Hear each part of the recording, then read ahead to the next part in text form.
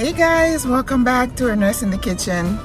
Listen guys, today is Friday and I finally got a chance to make it to the gym. I'm sorry, forgive my appearance, but I could not do anything YouTube related last week. We had finals. It seems like I was in finals for 2 weeks, and this week, like this morning, I went to bed at 4:30 in the morning. I had a 15-page paper, I had an exam. Oh my God, it's been insane. And of course, you know, when you're older, it takes you a little bit longer. So if you're 50-ish, 60-ish, you want to go back to school, just beware. And you're going to struggle. It's going to take you a while. But anyway, you know, we're tough. We're going to make it.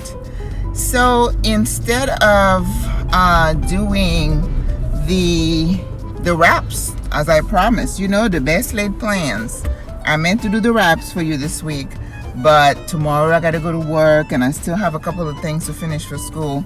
Not gonna happen, so my apologies. So I was thinking, you know, that I needed to do one more, let me see if I can make it through here, one more point in my nursing supervision series. So we did 3 parts, part 1, 2, and 3. So this is part 4. And what I wanted to say is that there is one more point. As I finished last video, I was thinking, you know, I don't think I mentioned that part of it. Because again, for those of you who don't know, I am a nursing supervisor and I am trying to give us the tools that we need to do our job without burning out. I'm not burnt out by any stretch of the imagination. And I think there are also some other topics I want to talk to you about. When is it okay to leave a job? Because, you know, sometimes for your sanity, your family, your career, sometimes you have to leave a job. I just don't want you to leave it because you don't feel like you can make it. You want to be sure you've used all the skills that are available, all the tools that are available to you before you actually call it quits. So this is going to be a short video. I say that every time to remind myself that I don't need to be talking a lot to you guys to keep your attention. And the point that I wanted to make today is that as a supervisor, as a manager, you're not there to make friends, okay? This is something you have to get comfortable with, that your job is going to create you some enemies. I said in one of the videos that some people sometimes just resent you for who you are, for what you stand for your ethics, your poise, everything. Are you going to change yourself to appeal to them? You know what I mean? Why would you want to do that? I think because of my age, you get to a certain point, you're comfortable in your own skin. You don't feel like you need to be impressing anyone, okay? I'm my own person. And understand that the world is not going to like you. Not everybody is going to like you. You're going to have some people who like you, some people who don't really care for you, and some people who actually hate you. And you have got to be comfortable to say, you know what? If it's something that you did, try to work it out if you can, okay? Because you don't want to hold a grudge and not take care of something that you can take care of. But when you are in a position of authority, oh my gosh, for whatever reason, some people just hate it, especially for who you are. You know, they feel like if they're in a position of authority, they have no problem with it. It's cool, you know. You can be the janitor, you can work in the cafeteria. That's cool. They're even nice to you. They'll even give you a nice tip. All right, my sisters, you know what I'm talking about.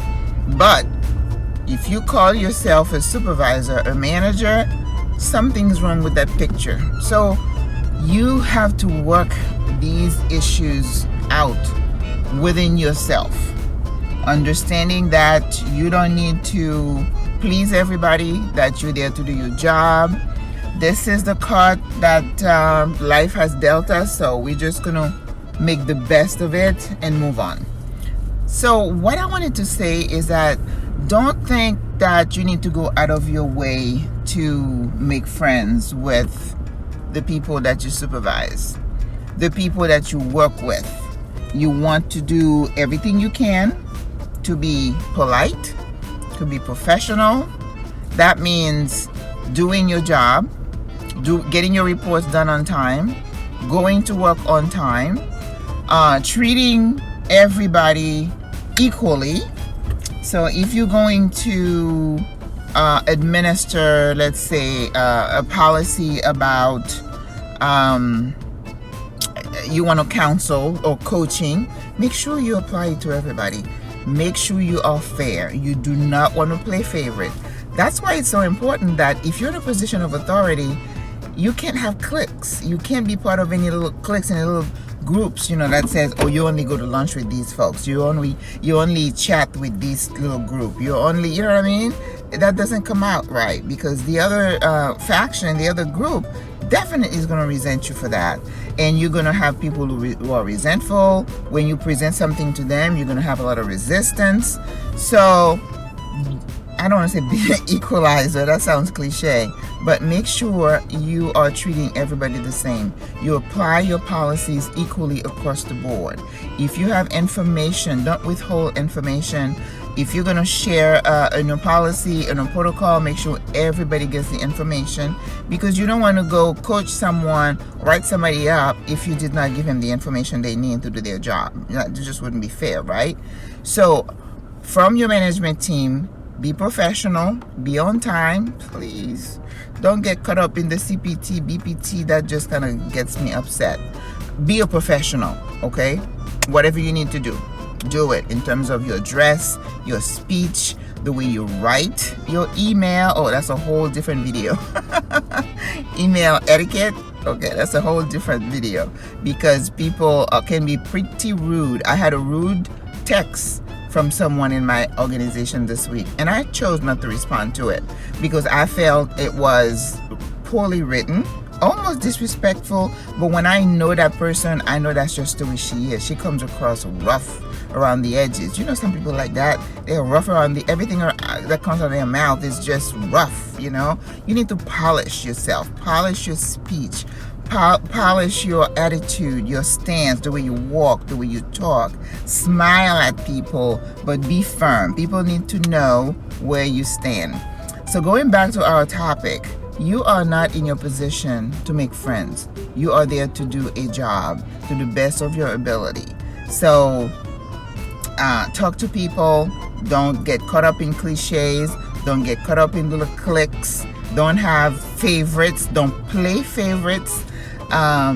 So that when somebody comes to you with an issue or you need to coach them, you come in there with clear eyes, with no agendas, with the business at hand. Everything is about the business, being fair, being in charge, being in control, being responsible. All of this comes with the job. So I just wanted to add this last point, because I think the last 3 series we did not touch upon that. You need to, like I always say, you have a broad back. The buck stops with you. So you need to be the example for your people, okay? We have an issue in nursing where nurses are not comfortable coaching their CNAs, the people who report to them, who they supervise. And that's a whole another video. Do you understand, as a nurse, you're supposed to give direction to your CNAs, your home health aides. But sometimes there is a disconnect because the CNA is not aware of who their direct line of supervision is, and that's their nurse. So as a manager or supervisor, I don't want a CNA to come and knock on my door with an issue. My first words is like, have you addressed it with your nurse? Because you want to empower that nurse to take control of the situation, be talking to their CNAs, and then you're going to let the CNA know, no, you need to go to the channels, right? Same thing for you. If you have an issue as a supervisor, you're a nursing supervisor. So if you have an issue, you don't want to go straight to the CEO. That's disrespectful to your director of nursing, right? Every organization has to have order. We cannot function in chaos. And that's why they have the organizational chart so that you know who your direct client. So if you get a new job, make sure you look at that chart to know who do I report to. If you're a floor nurse, your charge nurse first, then your unit supervisor, then your manager, then the DON. You know, there are steps. You don't just straight to the top. You know, you might, you know, somebody might bite your head off with good reason. Okay, so you are not in charge as a manager, as a supervisor to make friends. Now, you can read that book, How to Make Friends and Influence People. It's a great book, okay? Great tips. But again, you need to do your job regardless of whether somebody likes you, somebody resents you, somebody is jealous of you. It doesn't matter. You need to get the job done. And remember, guys, always have a paper trail. Document everything, time everything, so that when you go back, you're not going to remember everything. But if it's, let's say, in a computer, you make a note, you're going to have it. Because in our business, if it's not written down somewhere, even if it's in the cloud, it wasn't done. All right, guys, so I'm going to run into the store, get some fruit, get ready for tomorrow. I love you. God bless you. Au revoir. À la prochaine.